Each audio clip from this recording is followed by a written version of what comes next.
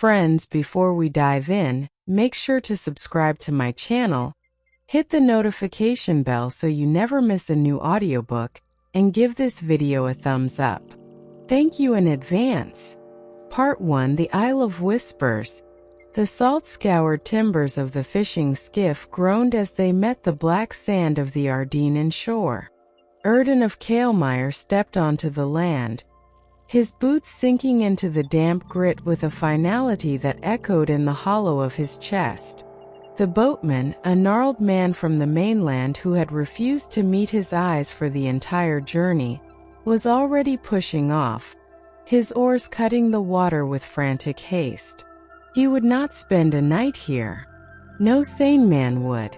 Ardena rose before Erdin, a fortress of myth and mist. Cliffs of slick obsidian rock towered, crowned with forests of ancient, wind-sculpted pines that seemed to swallow the weak northern light. The air was thick, heavy with the scent of brine, damp earth, and the faint, cloying perfume of night-blooming flowers. It was an island of whispers. The wind through the pines was a sibilant sigh, the crash of the waves a distant, rhythmic chant. He adjusted the worn leather strap of his sword, the silver-inlaid hilt of familiar, cold comfort against his thigh. His eyes, the color of molten silver, scanned the coastline. They were eyes that had seen too much in forgotten battles, in shadowed corners of the world where things that should not exist preyed upon those who did. They were marked, just as the map of scars beneath his travel-stained tunic was marked upon his skin. Now they beheld Ardena, the Isle of the Eternal Fire, a place spoken of in tavern tales with a mixture of awe and fear, a place where men disappeared. Lysana, her name was a ghost in his mind, a girl with laughter like spring rain, they'd said, a merchant's daughter, too curious for her own good, who had come to Ardena on a pilgrimage of trade and never returned. Her father, a broken man with heavy coins, had hired Erdin. The job was simple: find her or find what remained of her. He began the ascent from the black beach, the path a narrow ribbon of stone carved into the cliff face. It was worn smooth by countless footsteps, but not, he suspected, the footsteps of men. As he climbed, the mist thickened, coiling around him like living tendrils. Figures moved within the haze, spectral and silent. Women, all of them, draped in simple robes of undyed linen that clung to their forms in the damp air. They moved with an unnerving grace, their feet barely seeming to touch the ground, their faces pale ovals in the gloom. They did not look at him, yet he felt their regard like a physical touch, a whisper against his senses. They were the handmaidens of the goddess of fire and rebirth, the secret heart that beat within this isolated kingdom. The village, when he reached it, was not like any he had known. There were no boisterous children, no old men smoking pipes in doorways, no blacksmiths hammering at forges. There were only women. Their dwellings were low, elegant structures of stone and woven wood, blending into the landscape as if they had grown from it. In the center of the settlement, a great fire pit yawned, its depths filled with cold white ash. Around it, the earth was packed hard and smooth from ritual use. He was granted a hut on the village's edge, a small circular space with a floor of fragrant herbs and a view of the restless sea. His inquiries about Lysana were met with polite, impenetrable silence.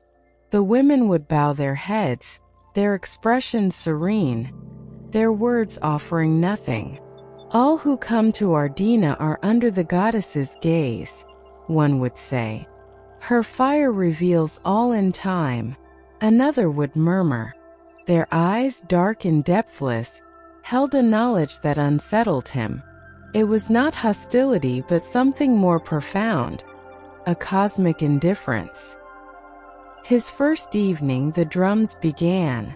a low, resonant throb that started as a vibration in the earth, rising through the soles of his feet to settle in the base of his spine. He stepped out of his hut. The central fire was no longer cold ash but a roaring pillar of flame, reaching for the bruised purple of the twilight sky. The women of Ardena were gathering, their white robes now looking like the pale wings of moths drawn to a fatal light. They began to dance. It was not a celebration, it was an invocation. Their bodies moved to the primal rhythm of the drums, a language of hips and swaying spines, of arms weaving patterns in the firelit air. There was no laughter, only the sound of their bare feet on the hard earth and the sharp intake of their breath. Their eyes, reflecting the fire, were pools of longing and a danger so potent it was almost a scent. This was the ritual of passion he had heard whispered of. It was a display of raw, untamed life force, a devotion so physical it bordered on violence. He watched from the shadows, his hunter's stillness a stark contrast to the fluid chaos of the dance. He felt the heat of it, not just from the fire, but from the collective energy of the women, a wave of sensuality that washed over him, seeking a crack in his armor. His own blood, long cooled by cynicism and the chill of monstrous things, began to pulse in time with the distant drums. It was a seduction, not of a single person but of the very island itself. And then he saw her. She stood apart from the dancers, on a small dais of black stone near the fire. The High Priestess, Miora. If the other women were moths, she was the flame itself. Her robe was of a finer weave, the color of old ivory, and it fell around a form that was both powerful and utterly graceful. Her hair was a cascade of deep autumn, the color of dying leaves and embers, and her face was a sculpture of perfect, terrible beauty. But it was her eyes that held him captive. They were not dark like the others. They were the color of molten gold, and in the firelight, they glowed with an inner heat. Her gaze found his across the crowded square, through the shimmering veil of heat and the moving bodies. It was not a glance, it was a capture. In that moment, the drums, the chanting, the very roar of the fire faded into a dull hum. The world narrowed to the space between them.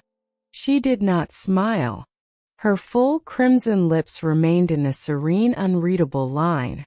But in her golden eyes he saw a challenge, a curiosity, and a depth of loneliness that mirrored his own.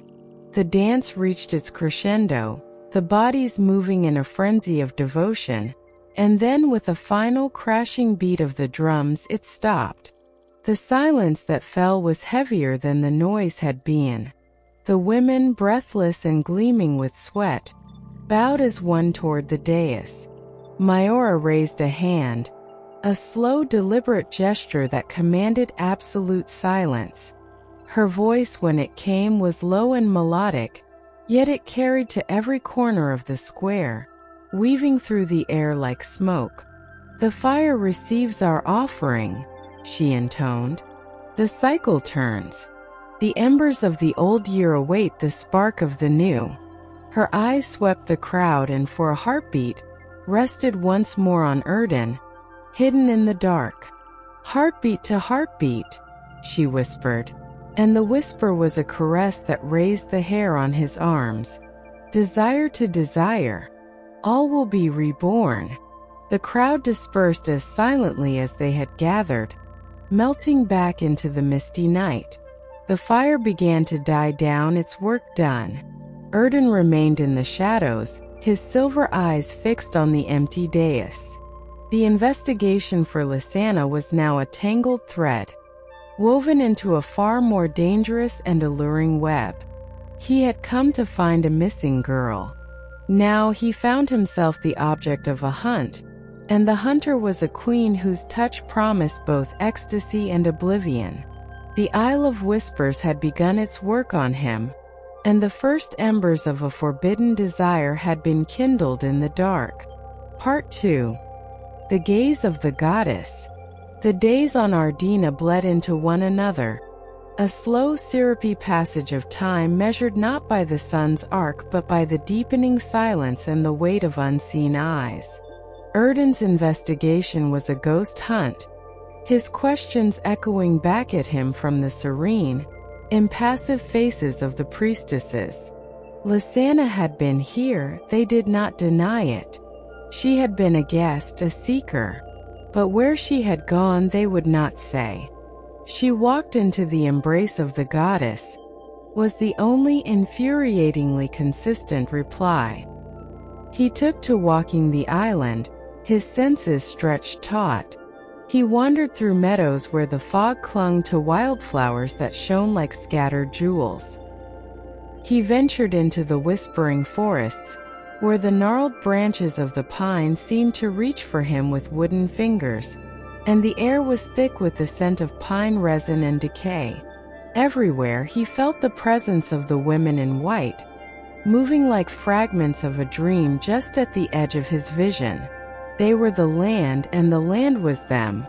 It was on the third day, in a sun-dappled clearing where a hot spring steamed into the cool air, that he found a trace. Not of Lysana, but of her passage. A small silver locket, tarnished and caught in the roots of a willow tree. He pried it open. Inside was a tiny faded portrait of the merchant who had hired him. His heart, that cold pragmatic organ, gave a single hard thud. She had been here. This was not a myth. A shadow fell over him. He did not need to turn. He felt her presence as one feels a shift in atmospheric pressure before a storm. The earth rarely gives up its secrets so easily. Her voice came, a low melody that vibrated in the steam-laden air. You must be favored. Erdin closed the locket, his movements deliberate, and rose to face the High Priestess Miora. She stood without escort, her crimson hair a shock of color against the muted greens and grays of the forest. Her golden eyes were not serene now. They were alight with a sharp, analytical curiosity, studying him as if he were a complex text in a forgotten language. Or cursed, Erdin replied, his voice rough from disuse. This belonged to a girl. Lysana. Miora's gaze did not waver. Many souls come to Ardena seeking transformation. They bring trinkets of their old lives. The earth claims them in time. She took a step closer, and the scent of her sandalwood and sacred incense wrapped around him. You hunt more than just a girl, Erdin of Kaelmire. I see the scars your clothes cannot hide. You hunt the things that go bump in the night. Tell me, do you ever wonder if they are hunting you in return? The conversation was a duel, and her first thrust had found its mark. I wonder why a place of rebirth needs so much secrecy, and why its priestesses dance with such dangerous intent. A ghost of a smile touched her lips. The fire is not a gentle element. It cleanses. It consumes. It forges anew. Our dance is a reflection of its nature. The intent is not to harm but to awaken. Her eyes drifted over his broad shoulders, the line of his jaw, the silver of his gaze. You are a man surrounded by shadows. Perhaps you fear the light. Perhaps you fear what it would reveal. She moved past him, her shoulder brushing his arm. The contact was brief, a whisper of linen and warm skin, but it sent a jolt through him, a live wire of sensation. She knelt by the spring, trailing her fingers in the water. This is the spring of unveiling. Its waters are set to show the truth of one's desires. Do you dare to look, Witcher? He did not approach. He stood his ground, a rock against the tide of her allure. My desires are simple. To find the girl and leave this island. Liar, she said softly, not looking at him. The word was not an accusation, but a statement of fact breathed into the steam. You are a man of immense control, but control is just the other side of the coin from wild abandon. I see the way you watch the fires. I feel the hunger in your silence. You have spent so long fighting monsters, you have forgotten what it is to be a man. Her words unraveled something in him. They echoed in the hollow places, the parts of himself he had sealed away to do his grim work. He saw the dancers again in his mind, their bodies a testament to a raw, unashamed vitality he had long forsaken. The girl, he insisted, clinging to the purpose that had brought him here. Miora rose, water dripping from her fingertips like liquid diamonds. The girl is part of a larger story, a story that is still being written. She met his gaze, and the gold in her eyes seemed to swirl like molten metal. The Night of Rebirth approaches, the zenith of our sacred cycle. It is a ritual where flesh and spirit must unite to awaken the slumbering goddess. Outsiders are forbidden, but you are not merely an outsider anymore. You are a question that has been asked. I would hear the answer. It was an invitation, a temptation woven into a theological decree.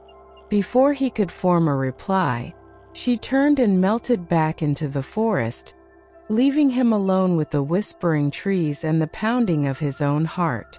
The investigation was now inextricably bound to the High Priestess, and the path forward led not to a missing person, but to a sacred sensual fire where he feared he might be the kindling. That night the dreams began, vivid, fevered visions of Miora, not as the remote High Priestess, but as a woman of flesh and fire. He dreamed of her hands not trailing water, but tracing the maps of his scars, her touch a brand of absolution. He dreamed of her lips, those crimson petals whispering secrets against his skin, her breath a warm breeze that stirred embers he thought long dead. He woke in the pre-dawn darkness, his body taut with a restless energy, the sheets tangled around him, the phantom scent of sandalwood clinging to the air. The island was not just whispering to him now. It was speaking in the intimate language of desire, and its voice was Miora's. The fire of desire was no longer a metaphor. It was a real, aching heat in his blood, and he was walking willingly into its heart. Part 3. The Night of Rebirth. The air on the eve of the ritual was thick with anticipation, a palpable charge that made the very atmosphere hum. The usual soft-footed silence of the priestesses was replaced by a low melodic chanting that seemed to emanate from the stones and the trees themselves. The island was preparing. Erdin stood at the entrance to the great temple, a structure he had only seen from a distance. It was carved into the base of the highest cliff, its entrance a gaping maw flanked by two monolithic pillars of obsidian, worn smooth by centuries of wind and ritual. Torches, burning with a strange smokeless blue flame, lined the path, their light casting long dancing shadows that seemed to beckon him inward. He was admitted without a word. The priestesses who stood guard, their faces painted with intricate patterns of ash and gold, merely bowed their heads and stepped aside. He was expected. Inside, the temple was a vast, cavernous space, the ceiling lost in darkness. The only light came from a colossal fire pit that dominated the center, its flames roaring with that same intense blue heat. The air was hot and dry, scented with myrrh, frankincense, and the sharp, clean smell of ozone. The walls were covered in ancient frescoes, their pigments faded but still depicting scenes of fiery transcendence. Women dancing, flames leaping, and a magnificent stylized goddess rising from the inferno. The priestesses were gathered around the fire, perhaps 100 of them, all clad in simple, sleeveless shifts of a sheer, silvery linen that clung to their bodies in the heat, leaving little to the imagination. Their hair was unbound, flowing over their shoulders like dark rivers. They were not dancing yet. They stood with their heads bowed, their chanting a low, resonant drone that vibrated in Erdin's bones. Miora awaited him on a dais of polished black stone directly opposite the fire. She was a vision of terrible, breathtaking power. Her shift was of the same silvery material, but it was embroidered with threads of gold that caught the firelight and glimmered like a constellation against her skin. Her hair was a wild, burnished cascade, and the golden paint around her eyes elongated them, giving her the aspect of a divine predatory creature. In her hands she held a simple ceramic bowl filled with dark oil. Erdin of Kaelmire. Her voice rang out, clear and commanding, cutting through the chant. You have walked in shadow. You have come to Aral seeking answers. The fire offers them, but to receive, one must first be willing to be unmade. She descended from the dais and walked toward him, her movements fluid and hypnotic. The chanting around them rose in pitch, becoming more urgent. The drumming began again, that same primal rhythm that had called to him from his first night. But now it was inside him, a second heartbeat. She stopped before him, so close he could feel the heat radiating from her skin. The ritual is one of passion, she said, her voice dropping to an intimate register meant only for him. It is the channeling of earthly desire into divine awakening. You will be touched. You will be attended to. But the line between the sacred and the profane must not be crossed. Your will is your anchor. Do you understand? He could only nod, his throat too tight for words. Her proximity was a physical force, a gravitational pull that threatened to dismantle his carefully constructed control. She dipped her fingers into the oil. This is the oil of revelation.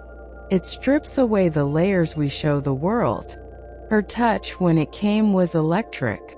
She did not ask permission. With a slow, deliberate pressure, she traced the line of his jaw, her slick fingertips leaving a cool trail that quickly warmed against his skin.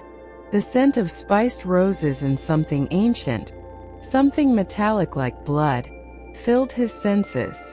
Her thumb brushed over his lower lip, and his breath hitched, a sharp, audible sound in the rhythmic space. She moved behind him. Her hands came to his shoulders, kneading the tense muscles there with a surprising strength. He closed his eyes, his head swimming. The drums, the chant, her touch. It was a sensory overload designed to break down barriers. He felt her breath, warm and moist, against the nape of his neck, a whisper of air that made every hair on his body stand on end. Her lips did not touch his skin, but they were so close he could feel their phantom pressure, a promise of a touch that never landed, a torment of exquisite restraint. "Feel the fire without," she murmured, her voice a vibration against his spine. "Now feel the fire within." Her hand slid down his arms, her touch firm yet reverent, as if she were an artisan appreciating fine marble. The priestesses began to move, their chanting rising into a wordless melodic cry. They did not approach him, but they danced around the fire, their bodies a complex, living tapestry of devotion.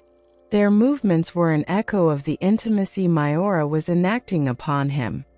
A symphony of arched backs, reaching arms, and rolling hips, all reflecting the sacred union they were invoking. Miora turned him to face her. Her golden eyes were incandescent, the pupils wide and black, consuming the light. The heat in them was no longer just metaphorical. It was a tangible force, and he was burning in its gaze. She placed her palm flat against his chest, over his heart, which was hammering against his ribs like a trapped bird. "This," she whispered, her voice thick with the emotion he could not name, piety or desire, or both fused into one terrifying whole. "This fierce, lonely rhythm. This is the spark the goddess awaits." For a timeless moment they stood locked in that pose, the chaotic energy of the ritual swirling around them while they formed a still, silent center. He was lost in her, in the scent of her, the heat of her hand, the bottomless depths of her eyes. The line she had spoken of, between sacred and profane, had blurred into nothingness. In that moment there was only her and the fire, and the aching, desperate need to close the infinitesimal distance between their bodies. But she pulled her hand away. The spell was broken, though the heat of it remained seared into his skin. The ritual reached its peak, the priestesses crying out as one in a final, ecstatic release of sound before collapsing to the floor in silent, prostrate devotion. The blue flames in the pit died down as suddenly as they had roared, leaving only glowing embers. Miora's expression was unreadable, a mask of divine authority, but her breath was as ragged as his. "It is done," she announced, her voice echoing in the sudden quiet. "The vessel is prepared. The goddess stirs." She turned and walked away, leaving him standing alone, his body thrumming with unmet need and a dawning, chilling comprehension. He had not been a mere observer. He had been a central, active participant. The vessel she spoke of, the spark that had been awakened, was him. The seduction was complete. He was no longer just investigating a mystery. He had become part of its sacred, terrifying machinery. And as he looked at the embers of the sacred fire, he understood with a cold certainty that settled in his gut. The rebirth the island sought would require a sacrifice. And he had just been consecrated for the part. Part 4. The Ember in the Ash. The days following the Night of Rebirth were a study in exquisite tension. The island, having poured its frenzied energy into the ritual, now lay in a state of hushed, pregnant stillness. The air itself seemed to be holding its breath. For Erdin, the world had shifted on its axis. The phantom sensation of Miora's touch was a brand upon his skin, her scent a permanent fixture in his lungs.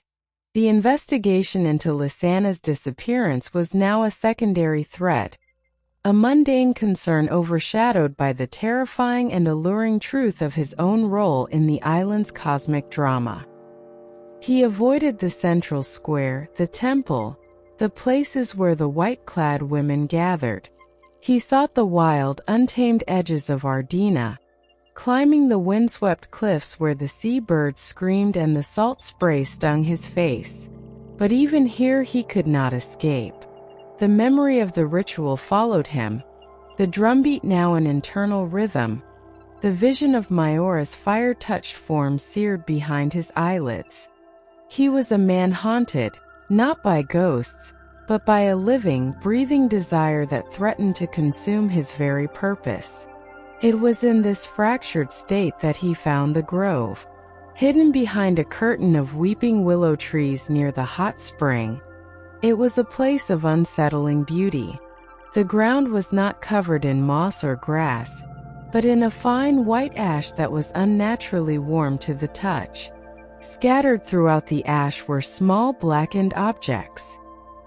He knelt, his fingers brushing the cinders, and his blood ran cold.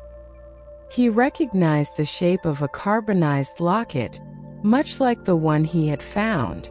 A half-melted signet ring, a buckle from a man's belt, a single blackened ivory hair comb. These were not the trinkets of old lives Miora had spoken of. These were the remains. This was a pyre, a dumping ground for the effects of those who had been offered to the fire. Lysana was not lost. She had been burned. and he was to be next.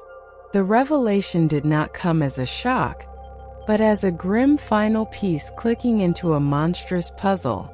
The seduction, the ritual of awakening, the preparation of the vessel. It was all a prelude to a sacrifice.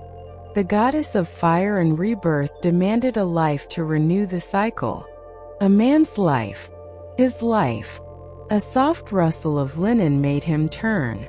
Miora stood at the entrance to the grove, her form silhouetted against the trailing willow branches. She was without her ceremonial paint, dressed in a simple white robe. She looked younger and immeasurably weary. The divine mask had slipped, and the woman beneath was laid bare. Her golden eyes shadowed with a conflict he now understood. "You were not meant to find this place," she said, her voice quiet, stripped of its oracular power. "The truth has a way of surfacing," Erdin replied, his own voice flat and hard. He held up the blackened buckle.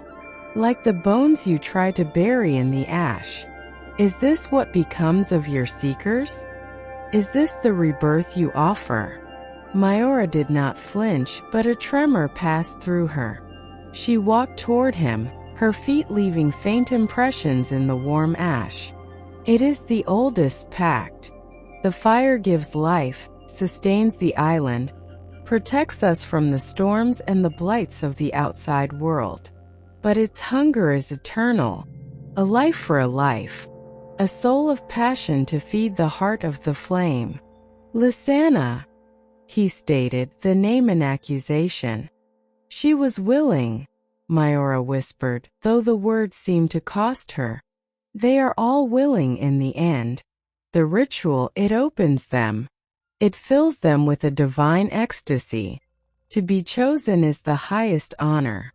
To become one with the goddess is a transcendence they crave. And me." Erdin took a step toward her, his silver eyes blazing. "Am I willing, Miora? Did your rituals and your touches fill me with a divine ecstasy? Or was that simply your method of seasoning the lamb for the slaughter?" For the first time she looked away, her gaze falling to the ash at their feet. The confession hung in the air between them, thick and suffocating. The tension that had been a current of sensual electricity now crackled with a different, more dangerous energy. The raw, unvarnished truth. It was not meant to be like this with you," she confessed, her voice so low he had to strain to hear it. "You are different. Your scars, they are not just on your skin.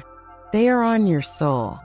You have known darkness, true darkness, not our carefully curated sacred shadows. When I touched you, I did not feel a vessel. I felt a man." She looked up at him then, and the loneliness he had glimpsed before was now a yawning chasm in her golden eyes. It mirrored the emptiness in his own.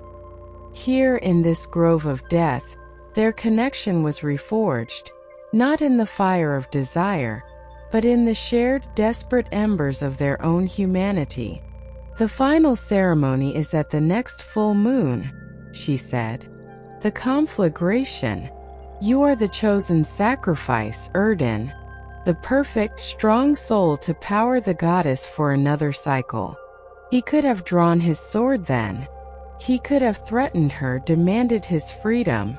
But he saw the torment in her eyes, the battle between a lifetime of faith and the shocking, unfamiliar pull of a love she had been taught to use as a tool. He saw that she was as much a prisoner of the flame as he was. "And what will you do, High Priestess?" he asked, the title a deliberate provocation.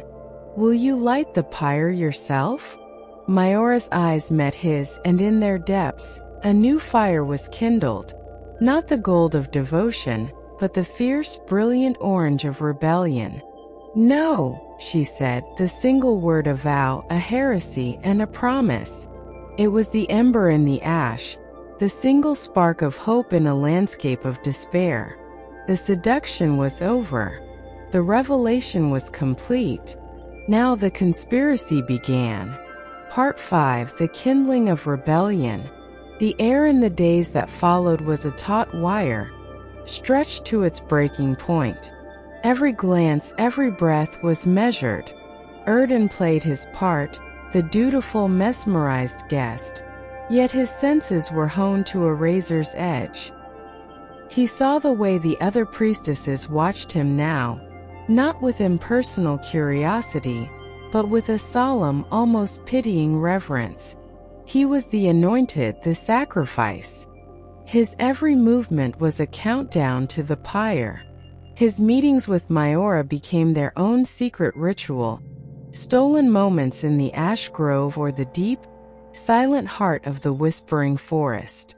The sensual tension between them had transformed, sublimated into something fiercer and more desperate.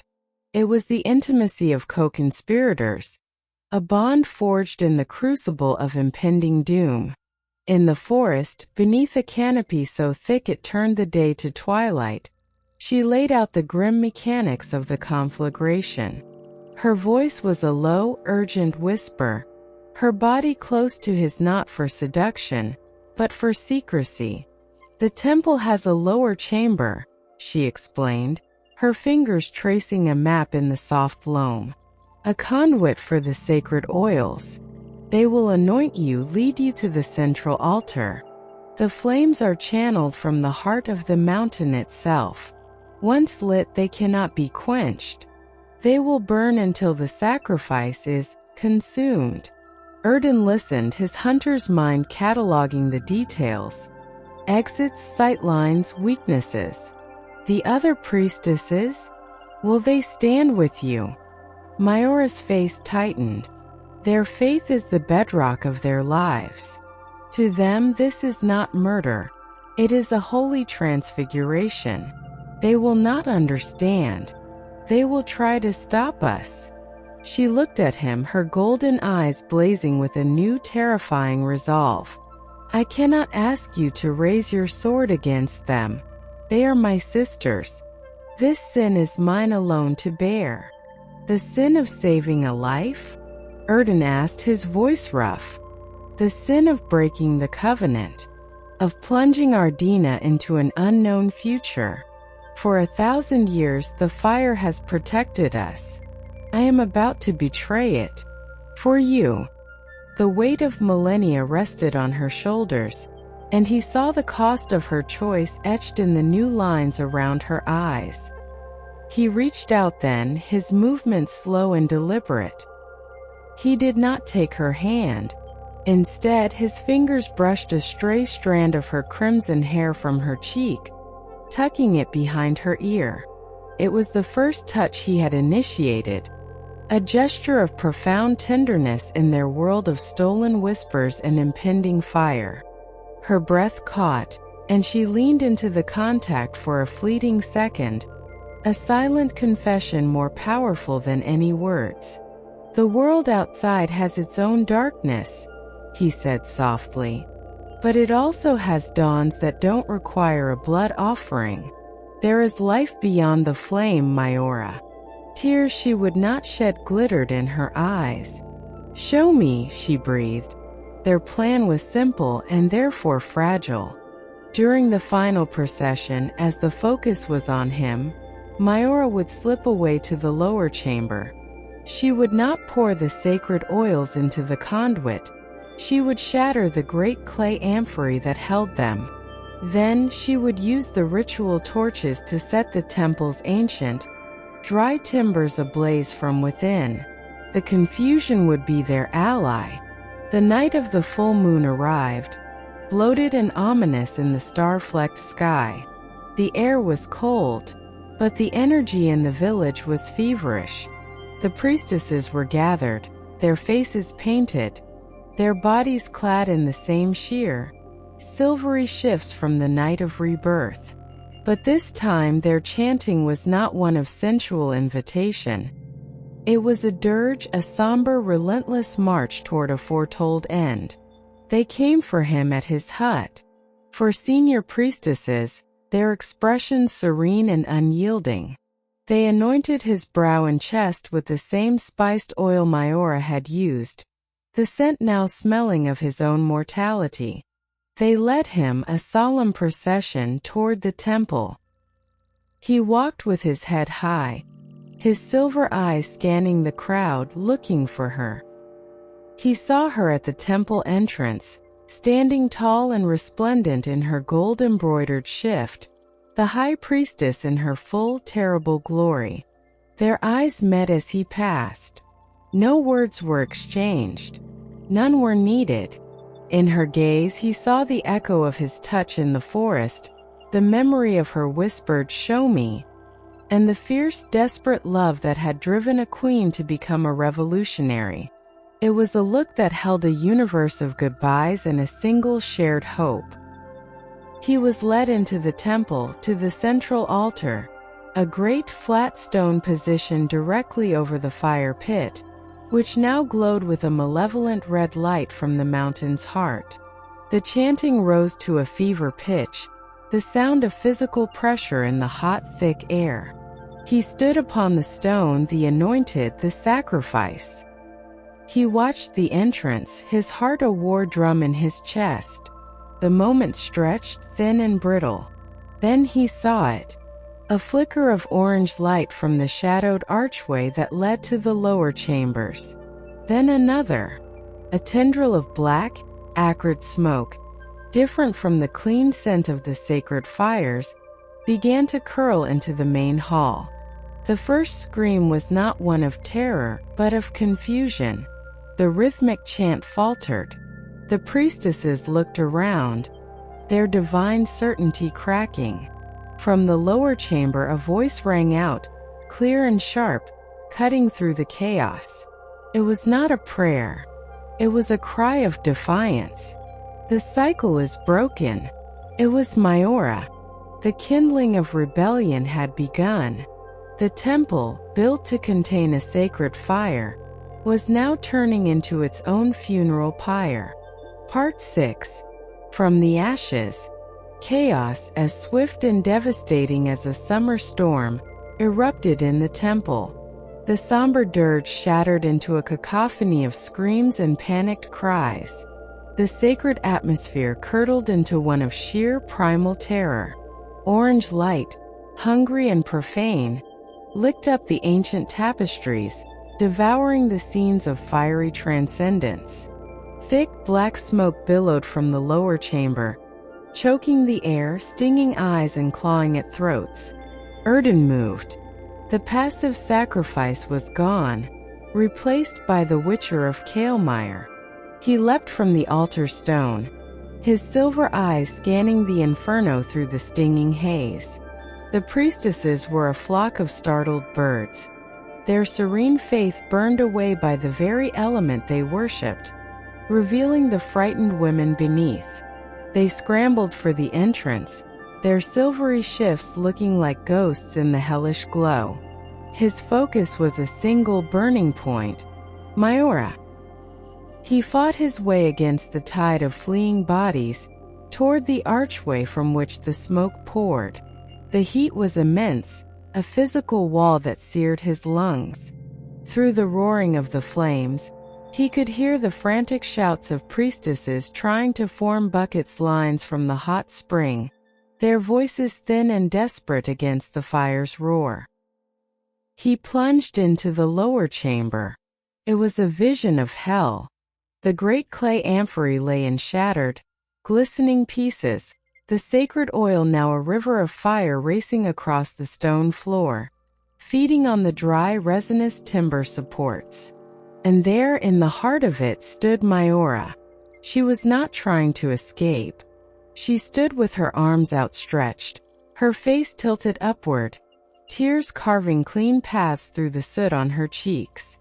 She was whispering, not in defiance now, but in a language of grief and apology, to her goddess, to her sisters, to the 1,000 years of tradition she had just immolated. "Miora!" he roared, his voice raw from the smoke. Her head turned. The gold of her eyes reflected the conflagration, too small, captured suns in a face etched with devastation. "It is done," she cried out, her voice breaking. "It is all undone." A groaning crack thundered above them. A massive burning beam, its heart eaten away by the oil fire, splintered and began its deadly descent, straight for her. There was no time for thought, only instinct. Erdin lunged, crossing the space between them in 3 powerful strides. He collided with her, wrapping his arms around her waist and driving them both forward in a desperate dive. They landed hard on the stone floor as the beam crashed down behind them, sending a shower of sparks and splinters through the air. The impact was deafening, the heat of the falling timber scorching the back of his tunic. He hauled her to her feet. "We have to go. Now." The fight had gone out of her. The revolutionary was spent, leaving only a heartbroken woman. She clung to him, her body trembling as he half-dragged, half-carried her through the nightmare she had created. They stumbled through the archway, back into the main hall, which was now a cathedral of fire. The ceiling was collapsing in sections, raining down chunks of burning debris. He shielded her with his body, his senses screaming as he navigated the collapsing labyrinth. The world had narrowed to the next breath, the next step, the weight of her in his arms. The grand entrance was a wall of flame. He changed course, remembering a smaller, secondary exit he had noted during his first visit, a narrow passage used for bringing in firewood. They burst out of the temple and into the cool, clean air of the night. They did not stop. He pulled her onward, away from the heat, away from the screams, down the cliff path toward the black sand beach. They collapsed together on the cool, damp sand, gasping, their bodies racked with coughs from the smoke they had inhaled. Behind them, the Temple of the Eternal Fire was a roaring pyre against the cliff face, its flames painting the night in hues of orange and gold. The sight was both terrifying and majestic, a death and a birth happening simultaneously. Erdin rolled onto his side, his hand going to her face, turning it toward him. Soot smudged her skin, her beautiful hair was singed, and her robe was torn and blackened. But she was alive. She was free. He saw the reflection of the burning temple in her wide, golden eyes.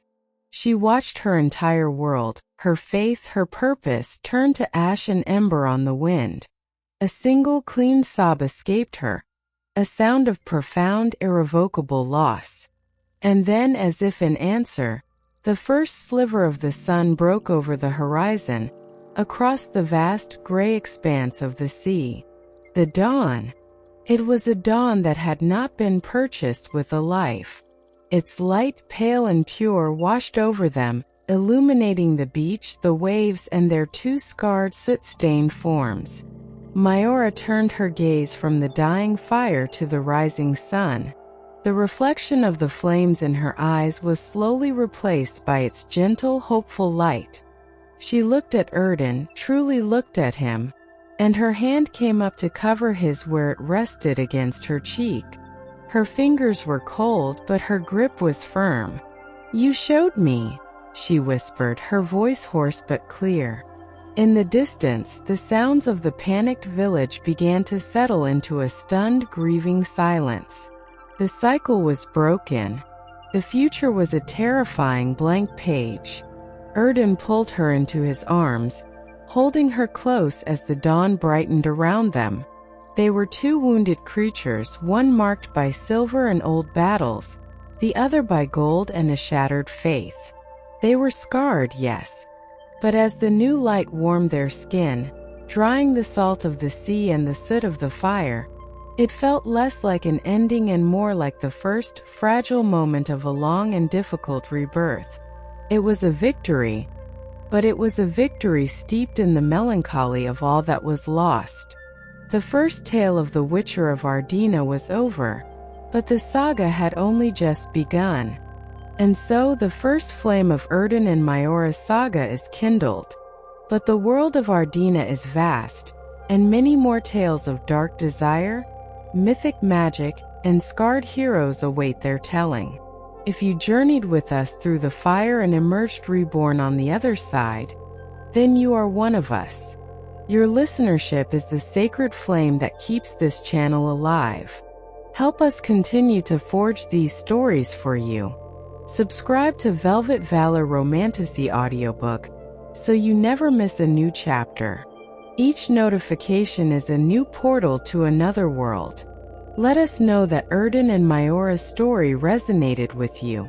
Leave a like to fuel the next epic, and comment below with your thoughts. Whose story should we tell next? A vengeful Fey prince? A pirate queen with a cursed soul? The choice in part is yours. Thank you for listening. Until the next tale, keep a little valor in your heart.